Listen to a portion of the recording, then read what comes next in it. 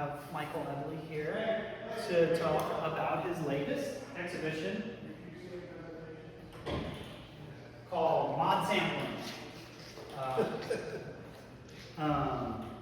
So we do maybe 2 or 3 artist talks a season, and this is our last one for the fall season. And it's one of my favorite parts of the job I do here is to sort of get a deeper glimpse into the works and the motivations behind making the pieces. And it's really just a light-duty conversation where I learn just as much as y'all do in the conversation. So we'll chat for about 20, 30, well, probably more like 30, 40 minutes, and then we'll take some questions at the end of it.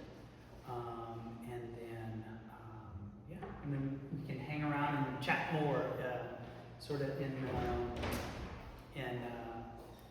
more of a informal setting. So, but Michael is currently the assistant dean at the UL College of the Arts, where you went for your bachelor's degree, BFA in painting. Correct. Yep. I have it all right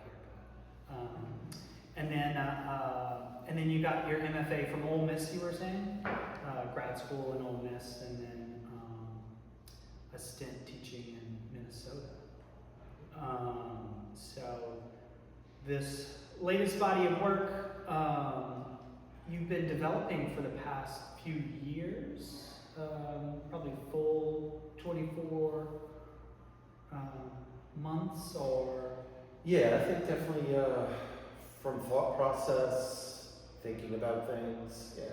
Maybe less than that, maybe 16 months. Okay, gotcha, yeah. I feel like you and I had talked about having a show maybe that long ago, though. Yeah. I mean, I feel like you had an idea of what you wanted to do pretty early on, and that you were going to end up doing a sort of a residency and work on the pieces over a certain period of time and build from smaller collage studies a larger body of work. There is an organization you would called the Collage Institute that's headquartered in New Orleans, and I wish I could look at Rick. I can't think of Rick's last name, but Rick oversees it, and he's been running an online, but also an actual magazine, a journal called Collage, and he spells it Kolaj, and he's not from New Orleans, he's not from Louisiana, he's actually from Canada, and he does a lot of online workshops. I mean, his life and his pursuit is about collage, and the more I've dove into collage 100%, there are organizations and online communities all over the place. And one great claim to Rick's work is that he started this collage festival in New Orleans, and it's not like a one-day thing, it's like 3 to 5 days. Wow. And it's in the beginning of June or end of May, and he's done it for 5 or 6 years, and he has a international following of collage artists. He does Zoom workshops, and so he has this great following. He offers an artist residency 2 weeks or 4 weeks, and I got a 2-week residency. That's awesome. With him. And they give you a place to stay, and they give you a studio. The studio is kind of off to the side from their gallery, and their gallery is on St. Claude Street in St. Roch. I believe it's the 7th Ward, but it butts up right against the Marigny, and then just a couple of blocks from the Bywater area. That's awesome. And so I did that residency in May, but prior to that, I'd written an Art Spark grant, so I had this whole, doing this and that, and leading to this show within that Art Spark grant. I didn't get the grant, but I'm still making the work. Exactly. Here, and I still follow the same plan. And so that living in New Orleans for 2 weeks, I think, was very crucial of starting the smaller collage work here. And residencies are hard because even though I knew what I wanted to do when I got there, things change. You spend a week doing something, you don't like it, then you have another week, and actually things, the second week, things just, and Rick would come by and he'd look and see what I do, and he'd say, hey, I want to sit and talk to you about what you're doing, and then I had people visiting the studio. That's great. So yeah, things really took off with the smaller collage work, and then the larger scale work started in June when I moved back from New Orleans to Lafayette, and I kind of put the collage work on the side. I was still work a little bit, but I wanted to make these bigger paintings, and yeah, because they don't really quote anything specifically from any of the ones. So the smaller works are more true studies that don't necessarily get replicated in the larger ones, but there's a lot of kind of pulling from color that I see, a lot of the kind of those modernist shapes that I start to see pop up. I feel like so much of the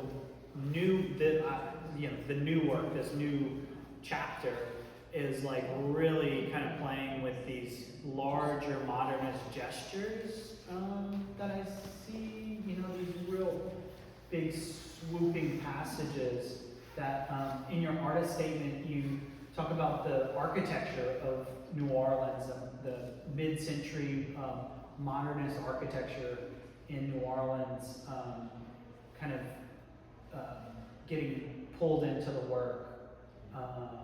yeah, so I would say, like, conceptually, and this happens maybe 2 years ago or even longer ago, maybe 3 years ago. One day I just went in a deep dive in researching the architecture structure of the Superdome. Mm. And I had this realization that I'm the same age as the Superdome. We were born in the same year. It opened up, a month or so before I was born. And I'd look at aerial photographs, and if y'all go to Basin Arts, Yeah. there's another side piece that relates to that photograph. And that led me, days you just at work, just a tunnel of researching mid-century architecture in New Orleans, and then you learn that there was a name for it. There was this term called regional modernism that starts in 1930s and ends with the construction of the Superdome in 1975. Wow. And even though people like to use the term mid-century, with New Orleans, it doesn't stop at 1950. Right. And it took, these ideas came about in maybe the 50s or the 40s, but it took till 68 to start building it and get the funding, and then it took 5 years to build the structure. And so I kind of went down this maze of researching certain architects. Tulane would bring in people from all over the world. Maybe they'd spend a year at Tulane, they'd build something, or they'd build an apartment complex. If you ever go down St. Charles Avenue, I do this with my wife all the time, I'll point, and you see these beautiful Victorians and these big, and then you'll see this apartment complex. Right, and you're yeah. like, what's that? And so, New Orleans has just such a rich architectural history. And that was one thing too, when you're in the Marigny and the Bywater, and you're like all these beautiful shotguns and craftsmen, and they're all painted these crazy colors, and it's like there was a point I was like, I don't know if I need to, maybe, and then I was able to kind of shift out of that mode after a week or so and concentrate on the buildings that I wanted to visit, and then I would discover a lot of buildings that aren't very popular, that also are in bad shape, that may be falling down or have been painted and renovated, but you could still see little pieces left. But kind of back to the whole general thing, like I look back at my work in grad school, I was always, when I've approached abstraction, it's about a language of shape. And sometimes those shapes just come to me through the creative process, but definitely after time of studying modernist architecture, and especially in the New Orleans area, there's shapes that come about again and again that some of the same architects are using, but it's that point in time in architecture that they take these risks, and you have this international school that's going on from 1900 and 1930s in Europe. It just took a lot of time to finally come to America and be embraced, and then not embraced anymore, and then kind of embraced again. Yeah. And yeah, it's a pretty interesting thing to start to see that type of architecture in places that normally don't host it. I remember seeing like certain architecture that I see here in Lafayette, in LA, and I'm like, oh, it makes sense in LA. Like Los Angeles, this is where this architecture that I know from Lafayette, this is where it's supposed to live. You know, like these kind of deserty homes and that kind of thing. And you know, I sort of like Frank Lloyd Wright designed one gas station, and he did it in like rural Minnesota, like south of west of Duluth, like not in a big town, but it's still there. It's a gas station he designed, and so there's like beautiful pockets of that. Kind of back to the regional modernism. That, I guess, in easy, simple terms, it's architecture that reflects the culture and landscape and climate of the area. I mean, there's little pockets of it all over the United States, and you say, oh, that's regional modernism. In New Orleans, it had a lot to do, one, with the environment and climate. A lot of the public schools they built in post-World War II were not air conditioned, so they figured out ways they wanted to elevate it. They had angle roofing to be able to catch a breeze, the way the windows could be opened and create airflow. But for me, things about structure and design that reference the Mississippi River always kind of hit home. The angle of the Superdome and the contour of the side. You know, you look at Astrodomes, the Metrodome that's no longer in existence. Like none of them decided to do that crescent, and that's referencing the Mississippi River. I don't know how many people remember the River Gate. Maybe half the home in this room, but again, how they swooped that ceiling, the arches, it's no longer there. It's where Harrah's Casino is. Sort of like these reflected the environment of New Orleans. And then even when you look in graphic design, like I researched the logos of the Superdome and how it changed, and those also had like a regional modernism to it. Even the logo of the 1984 World's Fair, the Breakers helmet of the USFL football team, all those have this kind of regional flair to it in this modern shape, language shape that I'm continually pulling from. And do you think that came from like university sort of programs that kind of filtered into the architects and the designers working in, or was it more the sort of visiting architects that were? No, they were, you know, the people that did the Superdome, and the most famous ones is this firm, Curtis and Davis. And I'm sorry, I was trying to remember their first name on my way here. They're both architects. One was much more of a designer. The other one was much more of a business getter. And that's the way some of these firms work. They were both Tulane graduates. One of them went on to Harvard. They also served time in the military and the Navy, and then came back. And their entire lives, from the 30s through the 2000s, they were a local firm. And they pretty much, they did the Smoothie King Center, Rivergate, you name it, every major building, City Hall has their hand in it. A lot of different high schools and school projects. And they were homegrown. But I always try to, if there's an architect in here or architecture historian, they would bring up a lot of other people. And Tulane would bring in certain people, and they would kind of add to that regional modernism. Speaking of Tulane, their grad program and their architect program put together an app, a program in which they have 100 of the most. This was hard. They had to decide 100 of the most important mid-century structures, buildings in New Orleans, and it's a map, and you can click, and an image will pop up, and it's a whole map of the New Orleans area. And they really, there's a Holiday Inn. I was telling someone about that. If you're coming from New Orleans East and you're going to a high-rise, there's a Holiday Inn that has gone through several renditions, but that was our original Holiday Inn design and building. That they were able to protect and preserve, and so it's kind of interesting that it's not always municipal, it could be commercial buildings and hotels. Yeah, that's awesome. I kind of wanted to reverse back to collage.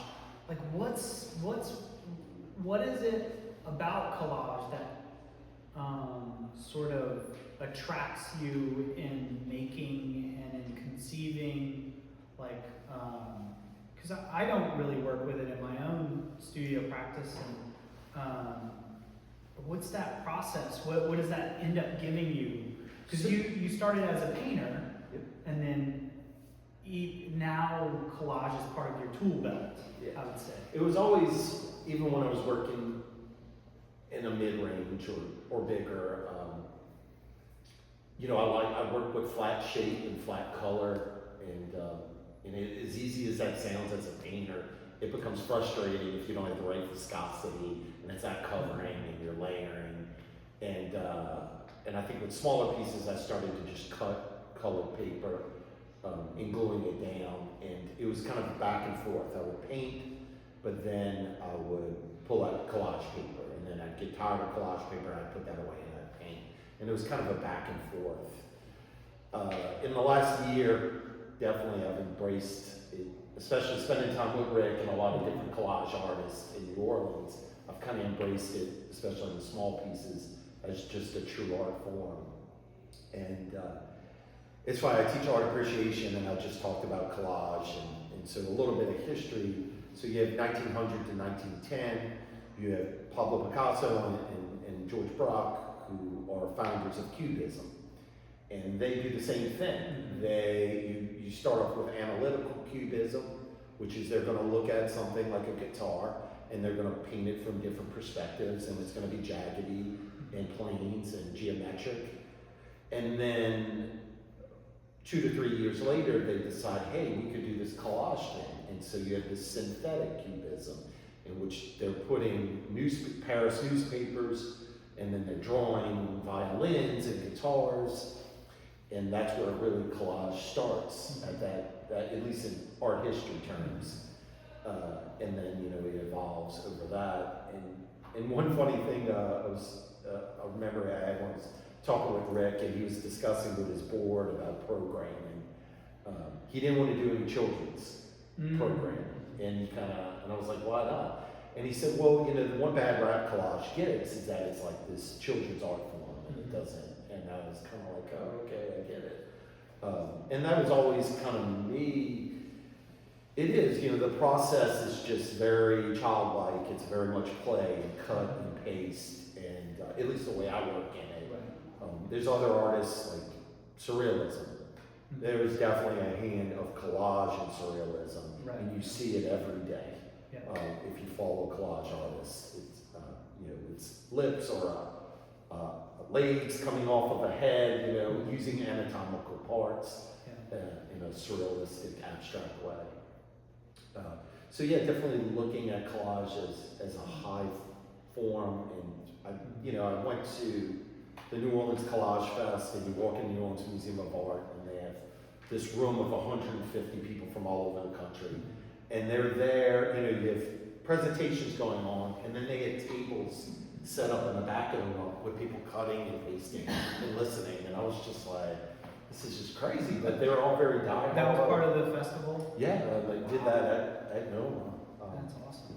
Another interesting story is they brought in the curator of photography to talk about archival materials. Mm-hmm. And she just was given a presentation on how to protect your photographs during hurricanes. And we were just like biting at the bit. We were like, we don't care. Like, we want to talk about glue. Yeah. And she was just like, and when it came out of that, she was like, don't use any glue. Like, I won't use any glue. Like, all glue's bad. Like, there's no. And then the discussion went to, she said, well, how long do you want it to last? Like, do you want it to last 2 years, 20 years, 200 years? And so we had those discussions, yeah. and it was really neat. That's awesome. I feel like at some point, I think I might have been teaching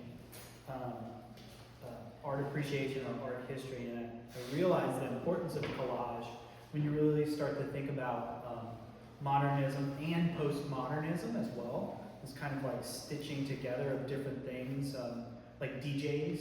The way DJs are musicians who sample, and like that collaging and stitching together of things is like very much a 20th century postmodern modernist kind of. I'm going to butcher it. Is it Vitus Shell or Vitus? Vitus. So Vitus has a quote, and I think he did a residency in New Orleans with the Collage Institute. Oh, really? And so Rick put a quote by him, and he goes, collage is hip hop. Yeah. And when I looked at it, I was like, oh my God, that's so good. Yeah. And because that's the way I love, that's the whole sampling, when you listen, and even going back to the 80s and hip hop, but any music, it's a collage of different instruments and layering. And it's like, I think the creative process is exactly like that. The design principles, it's layering different things, and hoping things work out or sound appropriate or look good. Yeah. I definitely concur with that. Yeah, and I feel like these pieces start to have I feel like they're kind of breaking into larger gestures and movements and fluidity that, like this piece straight back. Can you talk about that piece? I mean, it feels like so different. Which one? The one straight over here with the blue and the sort of The blue and gold? ochre, and gold. Okay. I feel like that one's so different than so many earlier pieces that I'm familiar with. I can't think of the appropriate architectural terminology. We had a whole discussion in a meeting a while back, but portico, but Okay. portico's not the right term. But anyway, and this again, teaching art appreciation. You constantly talk about ancient Greece and the Roman Empire, and the greatest contribution the Roman Empire gave us was the arch. Mm-hmm. Okay, and so it resonates in modern. It resonates all over my artwork. It resonates in modern architecture, but that's where it came from.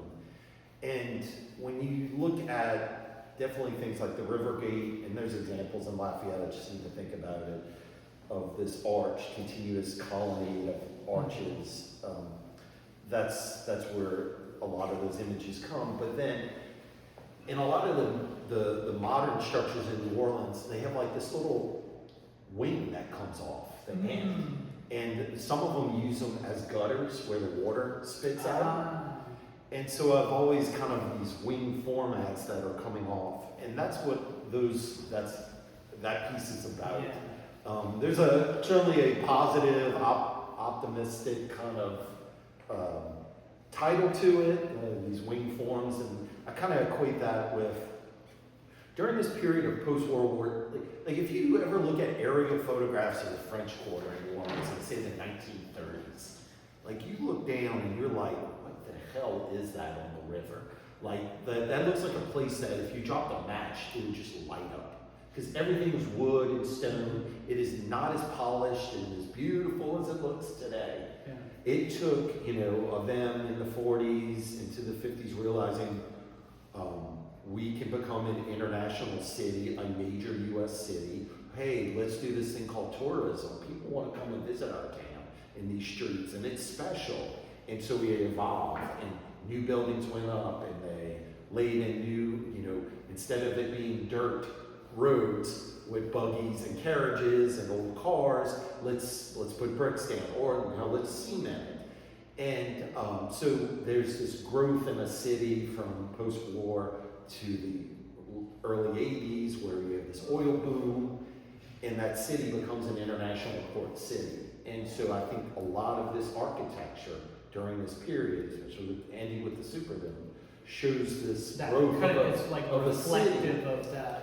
And I was at a lecture at the Preservation Resource Center, which, if you're interested in any of this, is a great place in the Warehouse District where you can learn about architecture in New Orleans, and that's part of their mission right there. And there's another organization, it's international and national, called DOCOMO. And DOCOMO is about the preservation of mid-century architecture and design all over the world, keeping these buildings, not letting them go to waste. And so a man stood up and he said, this architecture is about optimism. He goes, when they were building these things, the world was much more of a hopeful future. And that's what he felt, that these buildings showed optimism and change in the world and progress. And certainly, I agree with it. I get those feelings when I see it. But I also get feelings, for me, it's nostalgia too. That's another big thing. Like, I juxtapose the architects that built the high school that I went to, which opened up maybe 5 years or maybe 2 or 3 years after the Superdome, and some of the same architects worked on that. And I could drive by there and I'd say, oh, there's a reason they elevated the gym that high. And the reason they put these certain types of structures over the windows to allow light in, but not too much light, because then it would heat up the entire stairwell. Right. So there's all those design ideas that manifest in that architecture and manifest in artwork. Fabulous. I know I had a different thing. Oh yeah. So you mentioned briefly about Minnesota, and what you were there teaching for 10 years? So there from 2000, so it was 2002 to 2016. Okay. I'm sorry, 2015. So 13-year stint. Like, what type of things did you experience there? For example, I went to the West Coast and I saw so many different things. I was like, man, we really need that at home. Or like, there were these ideas that I saw elsewhere. And I think one of the great things about people who grow up here and then move away and then come back is like being able to utilize or to recognize opportunity where so it's funny, so we were in western Minnesota, a very indigenous area that had, it's just, it's Midwestern Plains indigenous, and it's also near the Dakotas too. And so there was a whole other culture of the Dakotas. Western Minnesota has a culture. Minneapolis, St. Paul, thriving art city that really supported the arts. You had a dozen 55, top 500 companies, that put money into the arts. But thinking back, I lived in this small town that had this historic, which was started off as an agricultural school, and then an Indian boarding school, then back to an agricultural school, then into a public liberal arts college. So there's a lot of history building-wise there.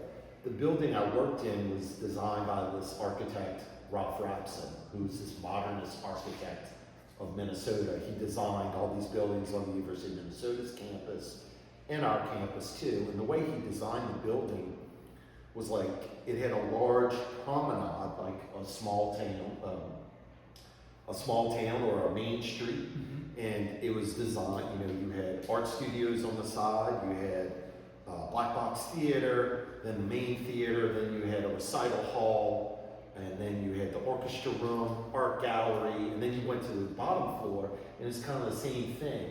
It also had these angle roofs that light would come in, and then it was on the Minnesota plains, and if you got far out of town, you could see these triangle roof structures. So even in Minnesota, there was a kind of, I could see this mid-century vibe that was there.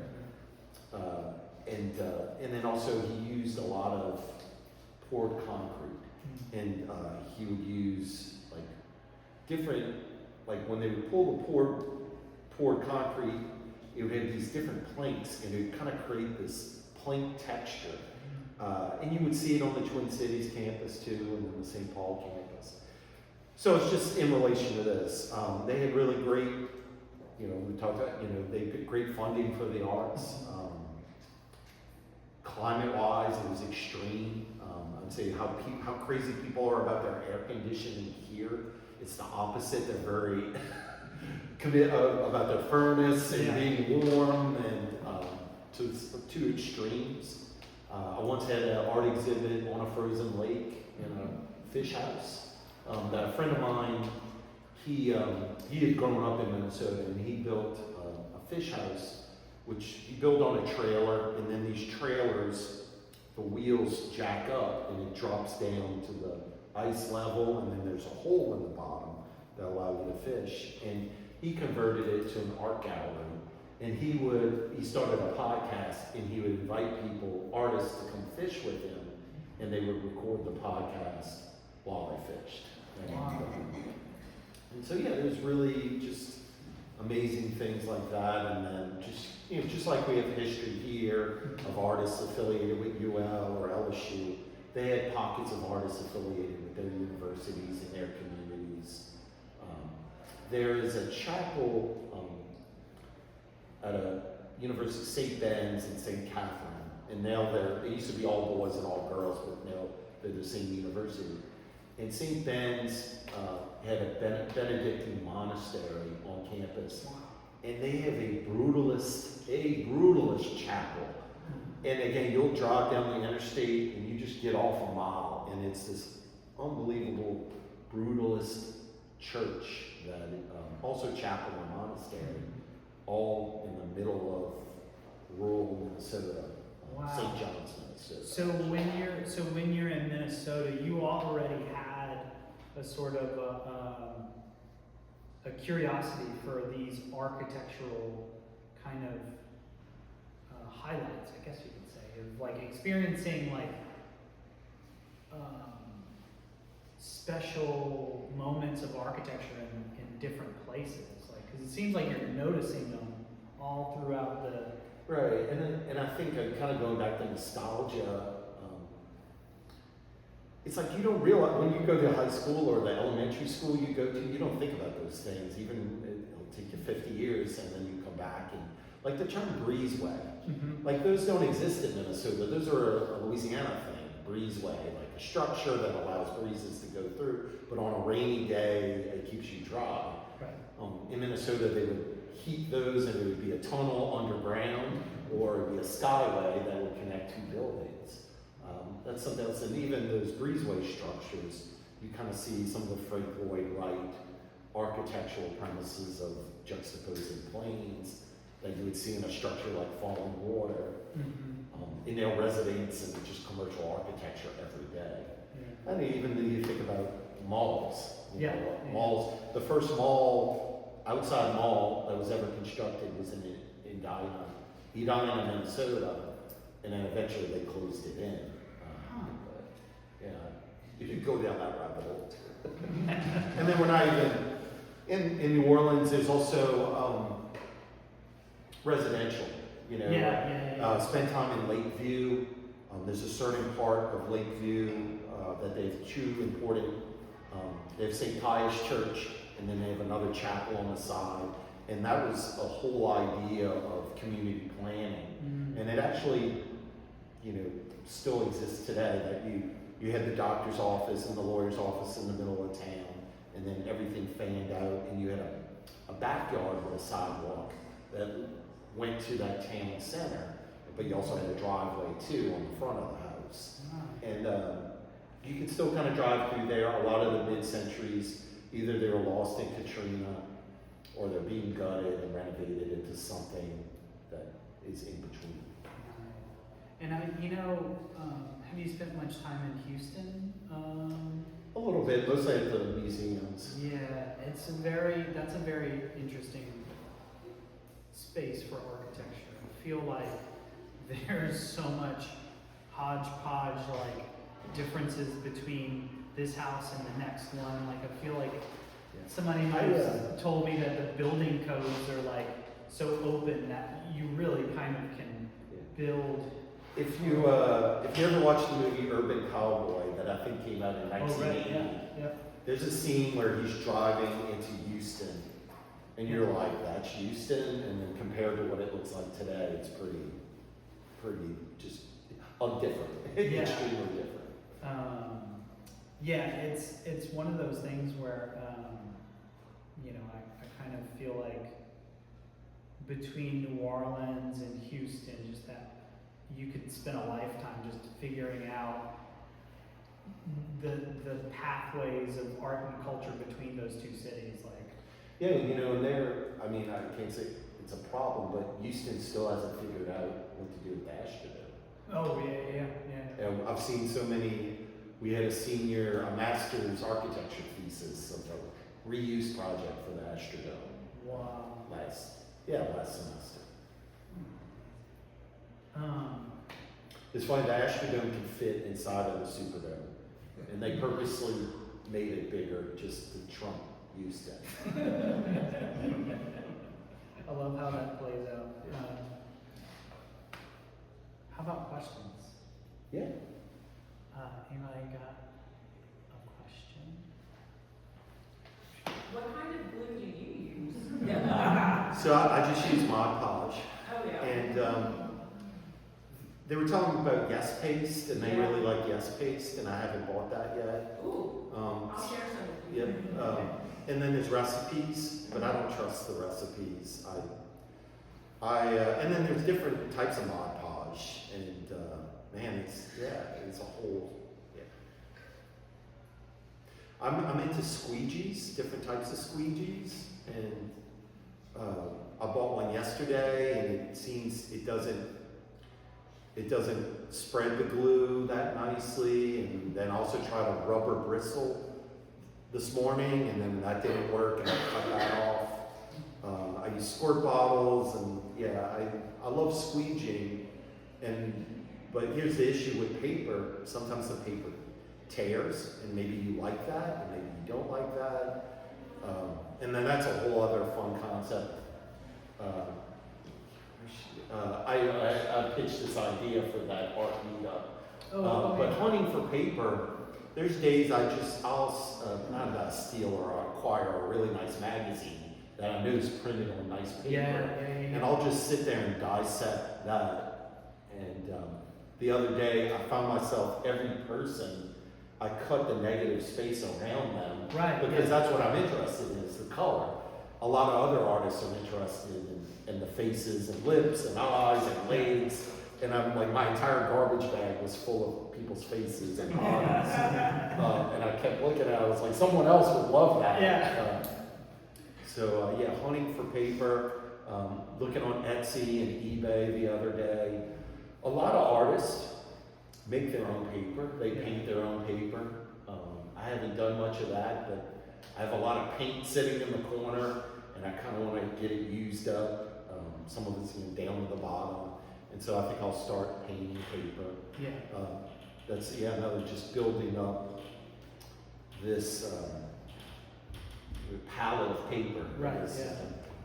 Is really fun, and sometimes you come across things. That was one thing at the Collage Institute. They called it a library, a collage library. And kind of going through things, and you look at the year of the magazines, and then I pulled this one box, and they had Life magazine from the 60s. Yeah, definitely mid-60s. And so I was blown away by that. Right. And I'm cutting into things that the antique store down the street is charging $10.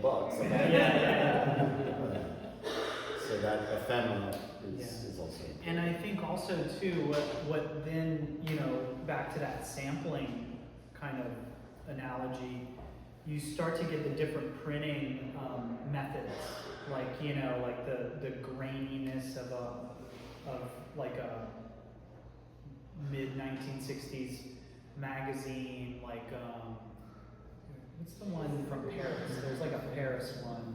I keep thinking of Look, but Yeah. that's not. But like they have just all these different and National Geographic. I mean, like they have a certain print quality as well. There's some, when I glue something down and I squeegee it, I can see the paper fibers just kind of rip. I don't mind it. Yeah. There's other collage artists who drive me crazy, but I don't mind it. And then also this other discovery, I brought with me this DeWalt sander, and I have a DeWalt orbital sander. For some reason, the motor is kind of cockeyed and it spins too fast when you start it up. And I would, started sanding the surfaces, and then I started sanding the corners down one day, and I really loved that look. And a lot of that came from I talked with Rick about it, that in New Orleans, there's a layer of grit everywhere. Everywhere. And mostly I notice it on signs, but then walking even in the Maroney, in the Bywater district, like they'll have like an abandoned commercial, and I'll look at that door and I'll snap a picture, and that door has such history of, it's graffiti, then they painted over it really bad, and then they put this, and then they tried to, and so there's this layer of grit that I love. And, I was getting that from all these pieces. They start to warp, and they lived a life almost like. I thought that was really poignant. So that's how you're getting the. Oh, okay. So one thing I did, I still have the orbital sander that goes too fast, but I bought a cordless sander that is like a little triangle. I love it. It can sit on my desk, go on top. It's interesting how you're using material like that. Oh, I was going to think, some of y'all know the work of Mark Bradford, and I've had the opportunity to go to DC the last couple of years. And in the Hirshhorn Museum, which is a circular museum, they have this piece by Mark Bradford. It's called Pickett's Stance. And it has to do with a Civil War battle. And it's just, if you know his work, he's just all about materiality, glue, rope. He pulls out pressure washers, and he pressure washes his paintings. And then he works back into them, and and so I think I really love his work, and I think a lot about that. He doesn't want it to look perfect. He wants it to be kind of messed up, I guess, in a way, simple terms. Yeah, that usage of material, it says so much, whether you're precious with it or if you're trying to pull some life out of it by working. There's also the painting professor at Boston U, John Walker. Any art, like it has a big grad program, they love John Walker. He has a series done on bingo cards, paintings. Oh. And so that's something else I've thought a lot about with the curved shapes too, is that bingo cards, back in the day, they had some bingo cards that had these little plastic sleeves that you would slide. And then other ones were made out of this tough cardboard, and you take circles and put them on the bingo cards. So I thought about the paintings he made on the bingo cards, but also the shapes. And the curves just again accentuate the shapes and my interest in these shapes. So what's your favorite art? It's changed. There's certainly some that have popped up on my Instagram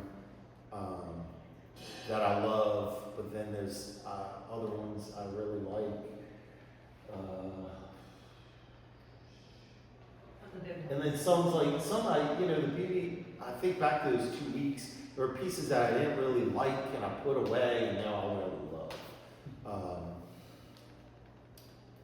Yeah, because this Yeah, I think that value fragmentation, I think that was that small one right there. That was the first one that, you did this and that, and you're like, I really like that. And I just put it aside. I said, I'm going to leave that alone. right, And yeah. that's going to live on. And so I think that one, I like the colors, and I just kind of Something. opened the floodgate Yeah. for everything that happened after. That's cool. There's also other ones that are paper. Well, they're all paper that I purposely folded over and over again, and you see the creases of the lines, and I like that too. The small ones I know are the paper look, but the big ones, are those paper too? No, those are canvas, and so one of the struggles with the canvas is that it gives, and if I had more time and more resources, I think I would have stretched them over plywood. Right, yeah. Because you need like that tough backing. So it's going to give. It's actually harder to collage on because it gives, and so it doesn't want to lay flat and hold the glue. And then I'll look at it and it's like, well, let me put the sander on it, and then well, maybe I don't want to put sander on it. And then some places I don't want it to look like that. So the piece all the way to the right, that's kind of the green and reddish one. That was one I just put a little bit of collage work on there because I like the design of it, and I forgot what I think I put handrails in the title. I forgot what the title was, but anyway, a lot of that was based off handrails that I would see. I was on Carrollton, or a couple of places, in one little, I wouldn't be able to recognize it at the building, but it would have that aluminum handrail, and it would have that kind of half of it, inverted teardrop half on the front end, and I was like, I love that shape, and so that's kind of where that painting started, that I was layering those shapes over and over again. So sometimes it's a handrail, it's a staircase runner, or the staircase handrail, or a lighting fixture that's been the same fixture since 1968, and it's those little things that I'm sampling from. And then, I was thinking about this on the way here. Curtis and Davis, I want to say Arthur Davis is his name. Coming out of Tulane, his first architectural commission, was to design the giraffe house at the Audubon Zoo. And I don't even know if this giraffe house looks like that, but he built this circular structure that had bricks poking out, and then it had this very slender opening that only a giraffe could kind of fit through. And it was like, I looked at that and I remember that's nostalgia, of that structure. And I never realized my entire life, that is one, that's his first commission. But I mean, it's amazing to think you'd design a house for a giraffe. Yeah. What would that look like? Yeah. And I haven't been back to the zoo. That's another thing. Look at aerial photographs of what the Audubon Zoo looked like in 1968. It looked rough. I mean, it's not this beautiful place it is now. I don't know if I've ever seen that. I have to go back for sure. I haven't been to the zoo. What else? So, one thing I realized with scale, it's so much easier to make smaller work. It's faster. You can make a lot of small work at the same time. When it came, when it came to the larger pieces, I felt like I struggled a lot more. The deadline was much more looming. And so I don't know, maybe as my dealer in New Orleans, she says, you bring me small stuff and you bring me big stuff. And I think I was like, maybe trying to accomplish something in a mediocre area. Also, thinking a lot about shape and working sculpturally. That's something else I've been looking at a lot, of work that could be considered a frieze or be a wall piece, but also have a lot of architectural three-dimensional elements coming off. Yeah, yeah. Yeah, if you start working with panels and that, you know, how you were talking about the canvas, you know, like building rigid surfaces, being able to actually build with wood. You know, another thing relief. about the canvas, the struggles of canvas, is that using tape. Like tape, painter's tape, and I use a lot of painter's tape. Yeah. It loves a hard surface. It loves the collage on the paper. It does not like canvas because the canvas bends and it doesn't seal as tight as you want it to, and you don't get the fine edge.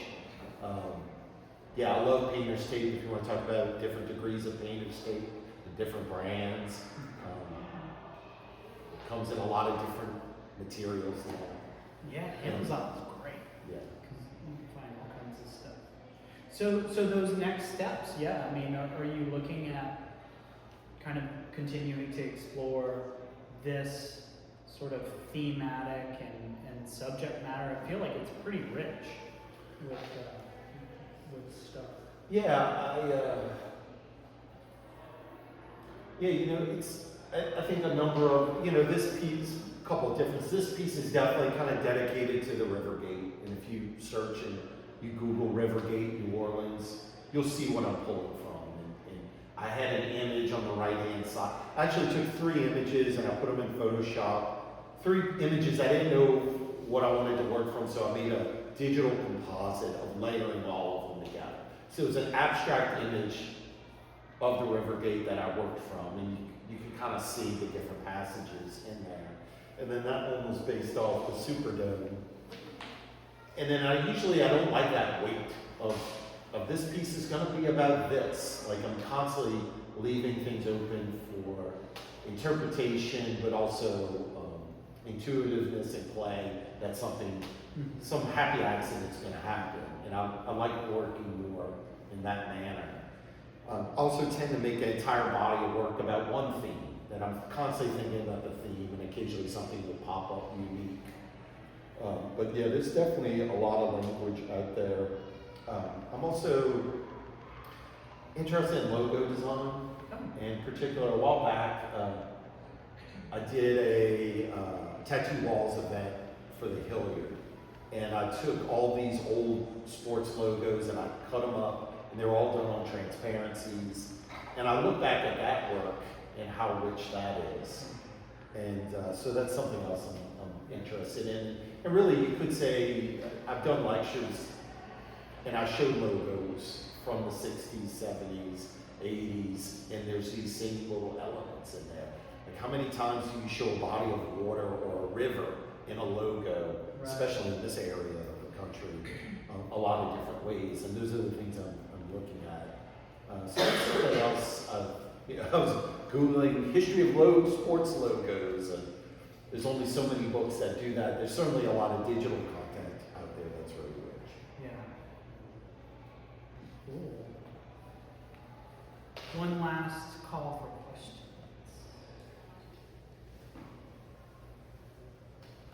What are you looking forward to between now and the beginning of the year? Legal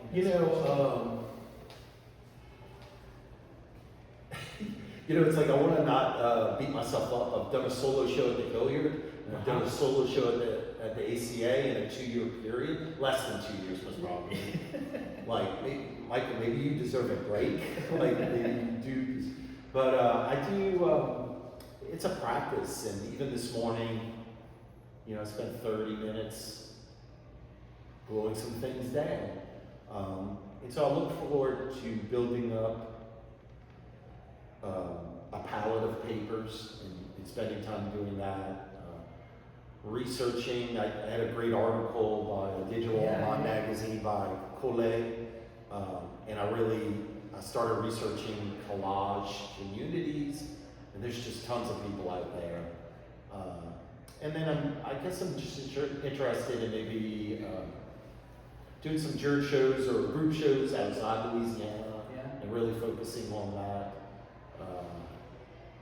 And moving the artwork around and maybe trying to slow down the production as of right now. And they also maybe doing a little more writing about the work. There's also, on the 21st, the School of Architecture and Design does this TAD lecture. It's Technology, Architecture, and Design. And they give presenters 5 minutes. And so I'm working on a 5-minute lecture about everything in here. And so they told me 30 slides is the most. So I'm going to show as many buildings as possible and then show like maybe 10 pieces of artwork in a 5-minute period. Another interesting thing I just thought of is movies. Really, when you watch, especially movies filmed in New Orleans in the 70s or 60s, like I love it. And so there's a James Bond film, I think it was 74. Yeah. And there's scenes of the airport that I've stopped it and screenshot it and look up the history of MSY, Moysan Airport, or I forgot what S and Y stand for. But I spent a lot of time reading about the history of that airport. Now, people call it Armstrong Airport and this and that, but structurally, that building in 68 to 74 was just beautiful. It had this arch, it had this, this kind of multi-glass windows.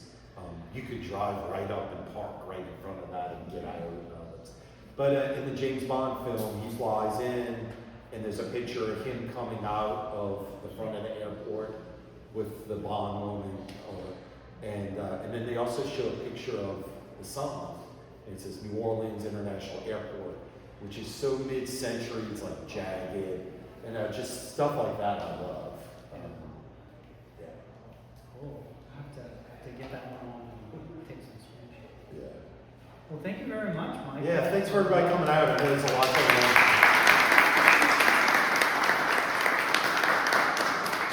Stick around and have some more conversations. Thank y'all for coming today. This was great.